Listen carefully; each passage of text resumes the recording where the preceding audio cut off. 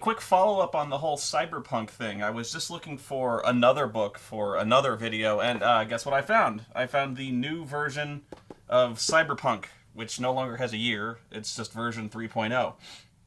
This is the one that had the really terrible artwork, I guess you could call it, pictures inside. For those of you who don't remember or didn't see it before, I was looking forward to the new Cyberpunk game forever, really, because it was seriously like I can't remember when the last edition was, but it was around 1990 when the last one came out, and they spoke of cellular phones as if they were some kind of mythical device that a phone you can carry with you. My God! But yeah, I get this version, and there was a version after 2020 called Cyber Generation that I hated because it kind of became this almost cartoonish version of itself. It was already kind of cartoony, but it became this thing where you had to choose a gang, and the gangs were really silly, and I didn't like it. It kind of took it away from it being like this dark, grim, I call it grimdark, actually, kind of setting where I'm very emo that way. I like the darker settings. But it kind of took that and just kind of became like a shoot 'em up, and I didn't like that. Which you can easily play any of those games as a shoot 'em up, and maybe it was intended to play that way. But anyway, the book, it was an immediate. I couldn't believe it when I saw this book, because the pictures in it, their attempt to be clever was they used dolls.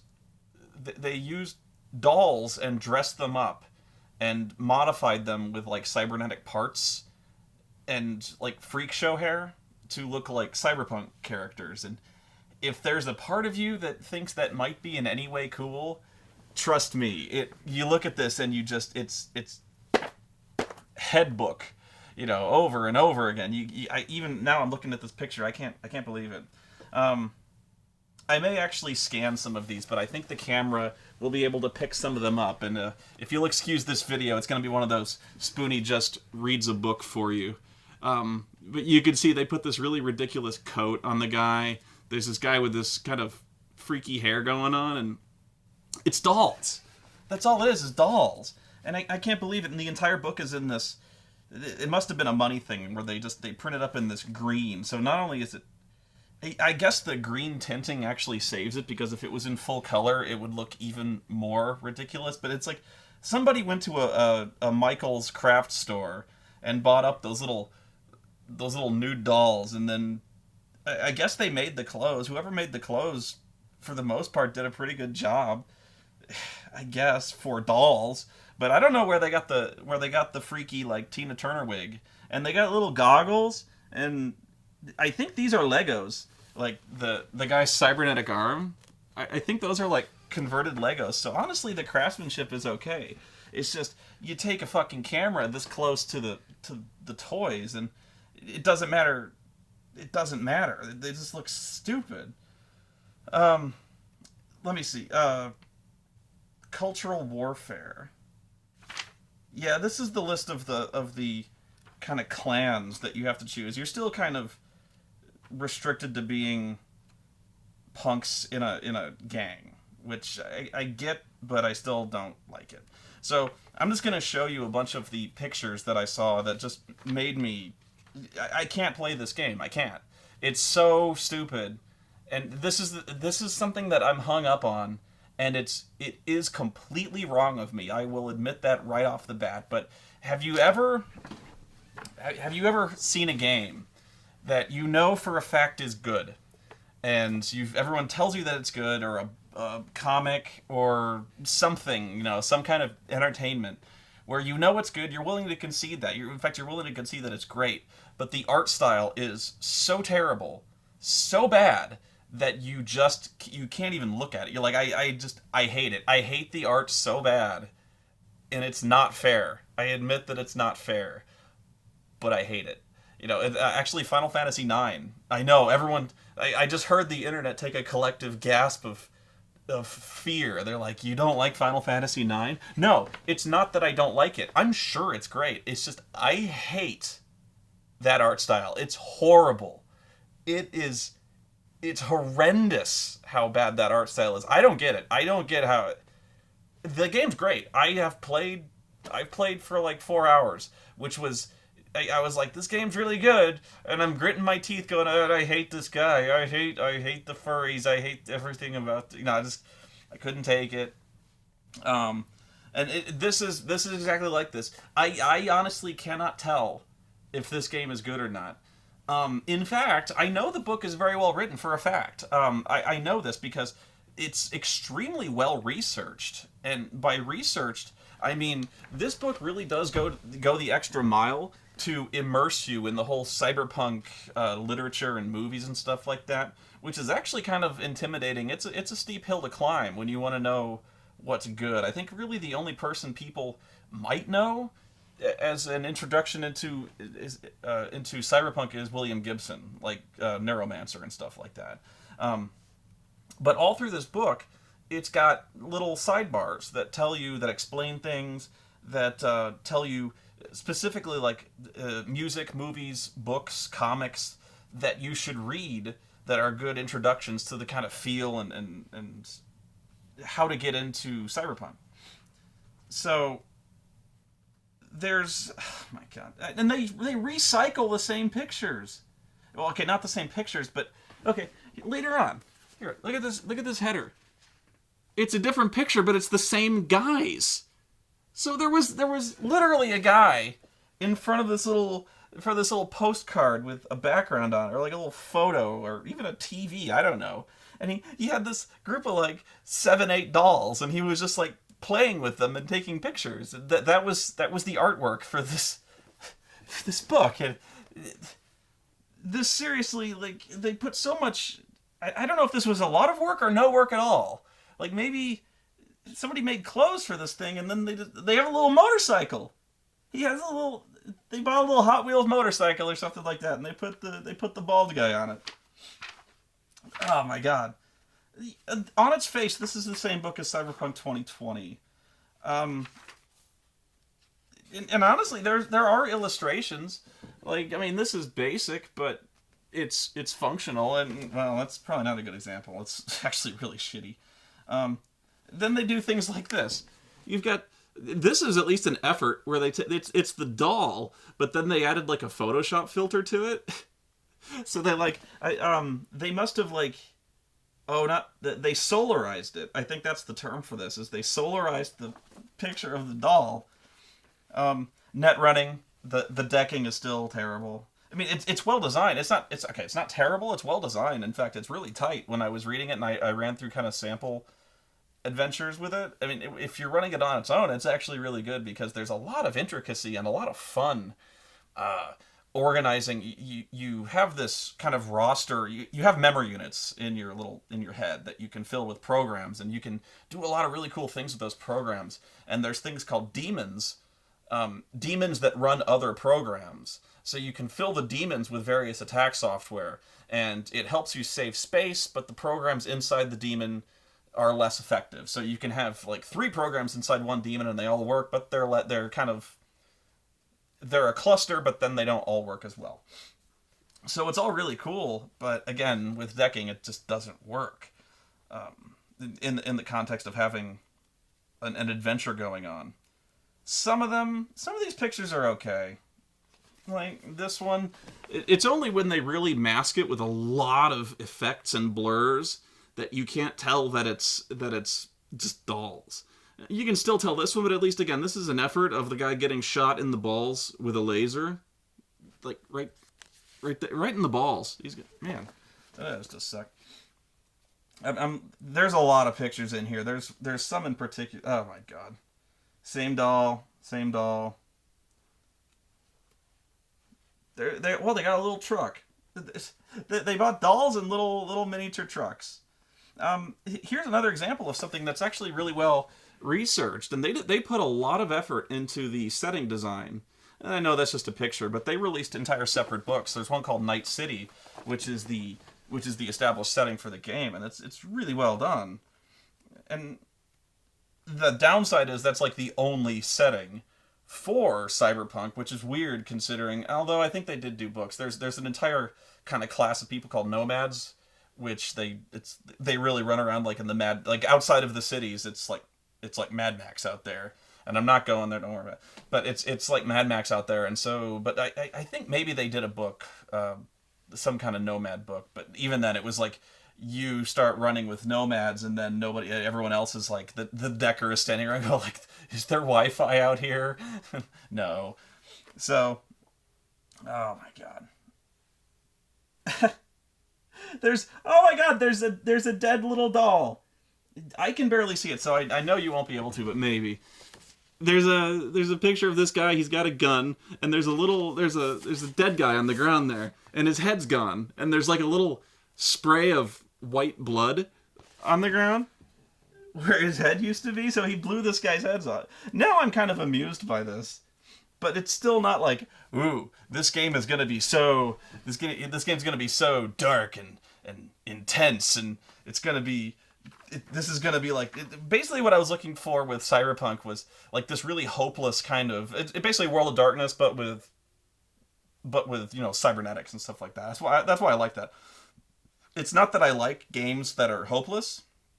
It's that I like games that are not hard to explain, not stacked against the players, but yeah, a little bit, where they have a lot to overcome, where there's a lot of heroism inherent in being dealt a really bad hand and being forced to overcome it. So I always like it in a way. It's like Star Wars, where you've got this evil empire. It's this huge monolithic shadow that just is cast over everything, and it takes a lot of courage to overcome that. And so when you've got something like Cyberpunk, you've got the world is dominated by these corporations, and the entire concept of Cyberpunk is to basically these guys are like anarchists, and they're trying to overthrow the status quo. And I like that theory. I like that idea, and it gives people a goal. You'll notice I always like that when it comes to adventurers, and I've said this before. Like when you make a character around me, I want you to write up at least one long-term goal that you're striving to, because in D&D oftentimes there's not a goal. It's just very open-ended. A lot of characters are just like, I exist to seek my fortune, and I'm like, that sucks. Nobody does that. Not really. Even characters who seek their fortune are seeking it for a reason. It's not just to have money. That's why I like goals. And so in Cyberpunk, there's a very clear goal, or not clear, but there's a general goal in kind of like opposing the man. That's pretty much the goal, and I'm fine with that. Now, I do suggest having a more specific goal, even if it's something as simple as vengeance, but you know what I mean. So that's why I like this game, and the dolls, just to me, completely undermine it. This is the best one, to me. You're going to love this one. Okay. I'll just, without comment, for now. Can you believe this? It's a naked woman doll that has a bandolier of bullets covering her boobs. And I know what they were going, this is like, it's like the Chromebooks. You remember the Chromebooks where it has like these either cybernetic ladies or like full body conversion ladies that are like all chromed out, and like they're like, there's one that has like pink lingerie, but her body's entirely chromed, and like the lingerie, it's like a pinup model where the lingerie is like just coming off her titties, and so like she's all sexy, and you're like, wow, that's kind of it's weird, but it is kind of sexy, where you've got like this cybernetic lady with metal titties. I don't know, whatever, but it was like, it looked like something like a modeling catalog might look like if there were cybernetics. And here we've got this attempt at titillation of like, they wanted to put this on the cover, and so you've got, she's wearing, look at this, she's wearing little panties. She's wearing this must be like a Barbie doll they converted, like whatever the Latina Barbie is.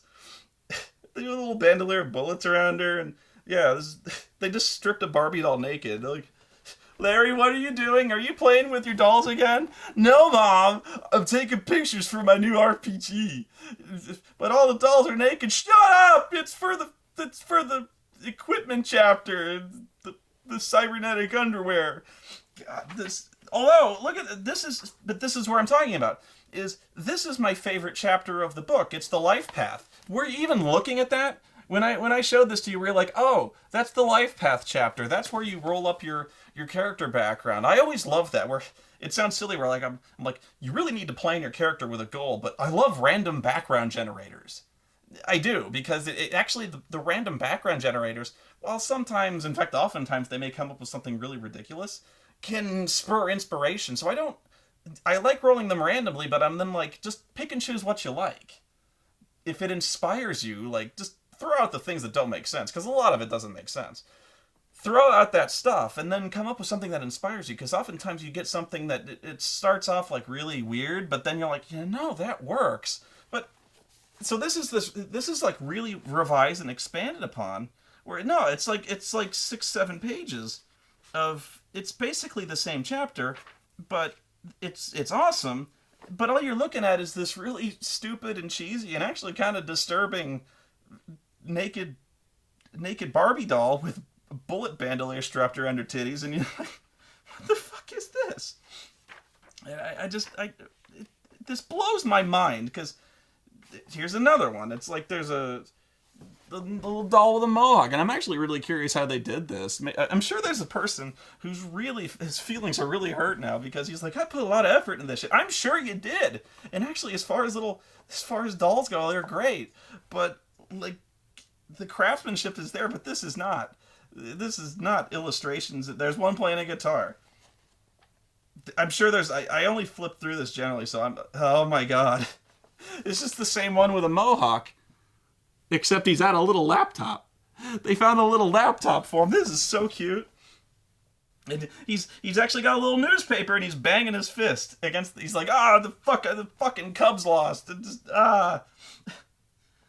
They found little guns. Oh wow, that's actually kind of cool. They found a little doll with a sword there. See that? I'm actually kind of impressed now. But yeah, it's every time you see a picture, it draws your eye, and you're like, oh, oh my god, what the fuck is that? Is that a hooker? Look at this. Look, new Cyb. What the fuck is new Cyb? What is want a cyber arm first by cutting off? Oh, I didn't like this. This is what they started doing when like they wanted to kind of update the notion of cybernetics. So like they call it new cyb, which is kind of something that you don't replace. Like let's say you want a cyber arm. In the old days, you used to cut off your arm and they graft the new one. And now they do this thing where like they leave your arm, but then they put like a bracer on there. Basically, it's like a cuff. Like you sheath your arm in the metal, and it's like it does the same thing. So it's like if you want super strength, you put a little bracer on, and you get super. And I'm like, that sucks. That's fuck your new side. Shadowrun did stuff a lot like that, where it kind of updated cybernetics, but it did it in a way where it had its own unique costs. BioWare, and this had BioWare kind of, but not like Shadowrun did. Shadowrun did this a lot better. And it actually did things like various grades of cyberware that had less humanity cost, but were like exponentially more expensive. Anyway, so yeah, I didn't like this. This is different, and I don't like things that are different. But this was really bad and different. But yeah, I think this is a hooker. Look, you're like, okay, there's this really stupid doll, but then she's got little metal legs. So like she's a hooker who replaced her legs with metal legs. So you can fuck with her with her. You can fuck her with her metal legs. Yeah. So there's that. Oh my god. See, now I'm not even. This is what happened. I'm not even interested in the fucking. What is this? Is this like? I don't even know who this looks like. Freddie Mercury. Look at. He's got the fucking glass, and his arm sparkles. Is that supposed to be Johnny Silverhand? You probably don't know who Johnny Silverhand is. He's like the big rock star character in the setting of Cyberpunk. I wonder if that's supposed to be Johnny Silverhand. Probably not. But he's got like a sparkly jazz hand, and he's like combing his rock star hair. He's actually got like very 1980s hair metal hair. It's all feathered and shit. He looks like he's from Cinderella. His motorcycles. Cyberpunks on motorcycles. Yeah. Oh my god. That one actually has a kind of a cool pose. Oh, hang on. What the fuck is this? Look at it. Tell me if you can tell what this is. This is where the doll thing really goes. Oh, I actually looking at it on the screen is a little clearer, but it's like Apparently, it's like a naked doll that's just all chromed. Looking at it on the page from here, it's actually really hard to tell. But this is... I know, this is really interesting, right? It's killing me. Guys, find an artist. This sucks. Well, there's more on the back. There's a bunch more on the back that I'll show you as the last one, because these are really funny, too. We're almost done.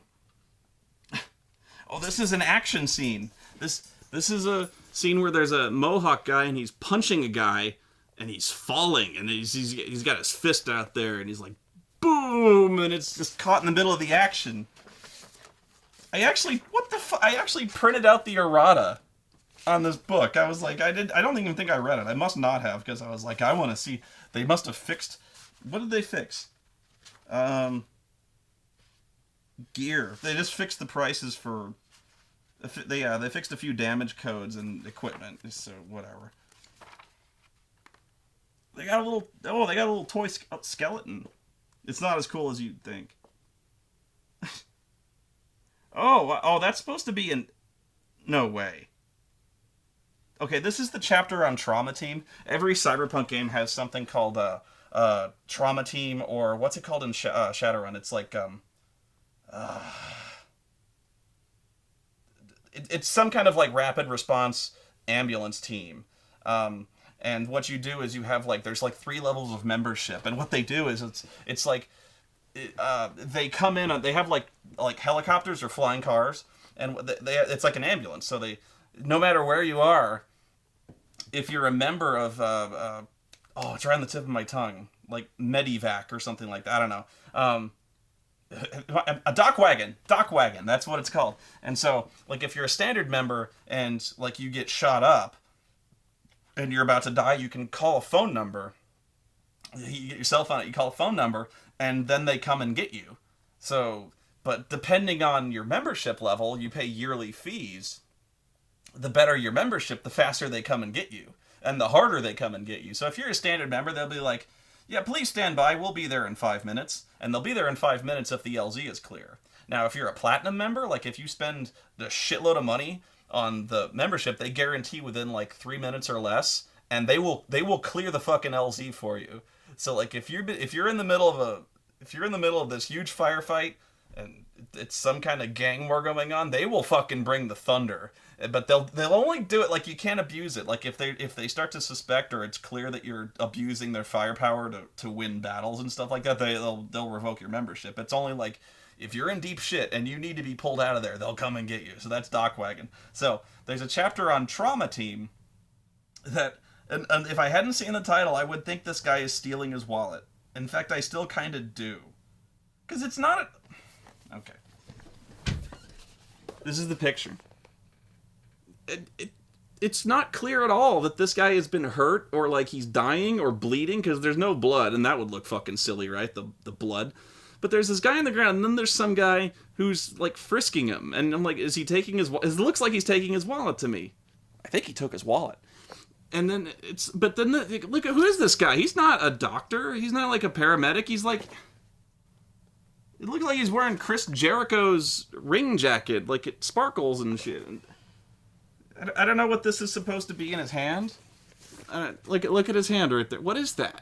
I don't know what the fuck that is. So you got all these clothes, and you couldn't find something like generic and like laughably generic to point out that this guy is a doctor or a paramedic, like a lab coat or something like that. You couldn't have like a really obvious like stethoscope. Is that what it is? No. I don't know what the fuck that is. But they got little camo pants, but they couldn't come up with a paramedic. Like, no, I've got one. My first Dr. Insano gear was like this little blue set of scrubs with a cheesy like red plus on it, because he's like I covered that up because he wasn't supposed to be a paramedic. But yeah, he's got a little red plus on his jacket or something. Fuck. Oh, this is...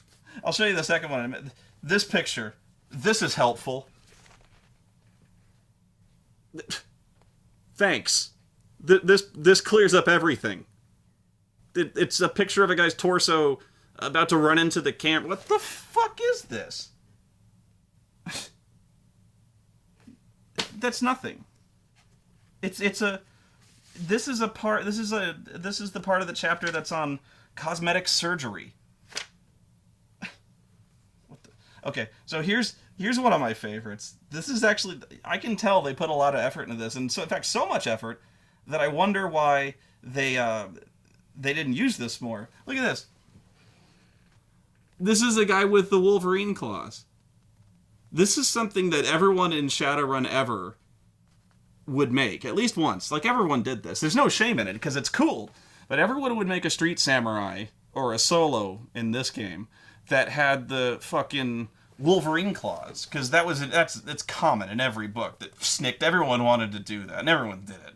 They call them, like, hand razors in the book or whatever, but you're like, no, it's Wolverine claws. And so everyone wanted to be a guy to pop the claws and go in there, and of course, it was a really valid way to fight, because, you know, there's guns, but you can cut the fucking gun in half, and there you go. That's an awesome picture, though. We're running out of space. What is that? I can't see it. Hang on. What the fuck is that? Is that like a... I'm reading the chapter, because this is a chapter on heavy weapons.